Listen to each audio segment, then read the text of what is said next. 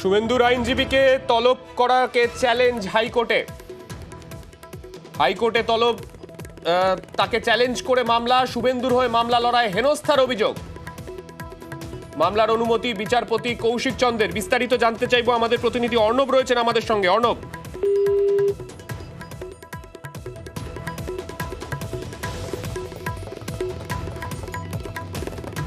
যেমনটা জানতে পারা যাচ্ছে, শুভেন্দুর আইনজীবীর তলবকে চ্যালেঞ্জ, হাইকোর্টে চ্যালেঞ্জ করে মামলা, শুভেন্দুর হয়ে মামলা লড়ায় হেনস্থার অভিযোগ।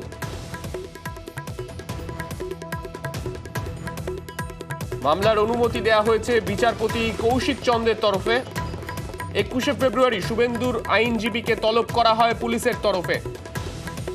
আমাদের সঙ্গে রয়েছেন আমাদের প্রতিনিধি অর্ণব। অর্ণবের থেকে বিস্তারিত জানতে চাইবো। অর্ণব, দেখো, শুভেন্দু অধিকারী কলকাতা হাইকোর্টে যত মামলা করেছেন তার অধিকাংশটাই তার অ্যাডভোকেট অন রেকর্ড থাকেন সূর্যনীল দাস, যিনি একজন আইনজীবী, কলকাতা হাইকোর্টের আইনজীবী। এবং এই সূর্যনীল দাসকে লালবাজার থেকে তলব করা হয়েছে এবং কোনো কারণ ছাড়াই তাকে তলব করা হয়েছে, এমনটাই অভিযোগ আকারে বিচারপতি কৌশিক চন্দ্রের বেঞ্চে জানান শুভেন্দু অধিকারীর আইনজীবী।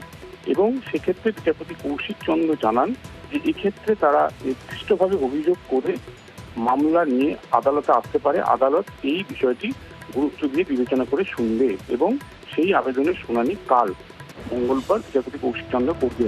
তবে সূর্যনীল দাস শুভেন্দু অধিকারীর একাধিক মামলার যিনি অ্যাডভোকেট অন রেকর্ড, যিনি আইনজীবী হিসেবে ছিলেন, তাকে হঠাৎ কেন লালবাজার ডেকে পাঠালো এবং কোনো কারণ ছাড়াই লালবাজারের দুর্নীতি দমন শাখা তাকে কেন তলব করতে করলো, 21শে ফেব্রুয়ারি ডেকে পাঠালো, এই পুরো বিষয়টাই নিয়ে পক্ষপাতদুষ্ট লালবাজারের পুলিশ কর্তাদের বিরুদ্ধে অভিযোগ আনছেন এই আইনজীবী এবং সেই বিষয়টাই তিনি আদালতেরও নিয়ে আসেন সামনে।